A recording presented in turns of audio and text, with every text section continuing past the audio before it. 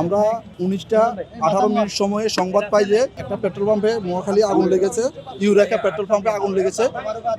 সেই সংবাদের প্রেক্ষিতে আমাদের তেজগাঁও ফায়ার সার্ভিস এবং কর্মীটোলা ফায়ার সার্ভিস আমরা একসাথে টার্ন আউট দিই।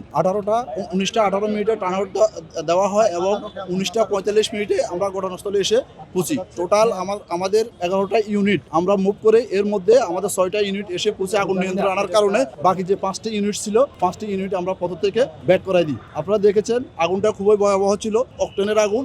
আমরা আমাদের সর্বোচ্চ যে চেষ্টা ছিল আমরা ফোম ব্যবহার করে এবং আমাদের যে এক্সপার্ট ফায়ার ফাইটার এবং দেশে বিদেশে যারা প্রশিক্ষিত তেলের আগুন নিয়ে কাজ করছে এবং ট্রেনিং নিয়ে আসছে তারা সহ আমরা আগুনটা উইথিন 10 মিনিটসের মধ্যে আমরা আগুনটা নিয়ন্ত্রণ আনতে সক্ষম হয়েছি। এবং নিয়ন্ত্রণের কারণে আশেপাশের যে ভবনগুলো আছে এবং যে পেট্রোল পাম্পের আর অন্য অংশসমূহ আছে আমরা খুব সহজে এগুলো সেভ করতে সক্ষম হয়েছি। না, আমাদের জানা মতে কোনো আহত নিহত নাই। আমরা আসার পূর্ব হতে পারে, বাট আমরা আসার পরে কোনো আহত বা নিহত বা ক্যাজুয়ালিটি আমরা পাইনি। আমাদের টোটাল 6টা ইউনিট আমরা এখানে কাজ করেছি এবং আগুন নির্বাপন করেছি। অগ্নিকাণ্ডের কারণ, ক্ষয়ক্ষতির পরিমাণ আমরা এই মুহূর্তে বলবো না, কারণ আমরা এখনো নির্বাপনের মাধ্যমে আছি। আমরা সর্বশেষ আগুন নির্বাপন করে আমরা ক্ষতি, উদ্ধার এবং কারণ আমরা বলতে পারবো।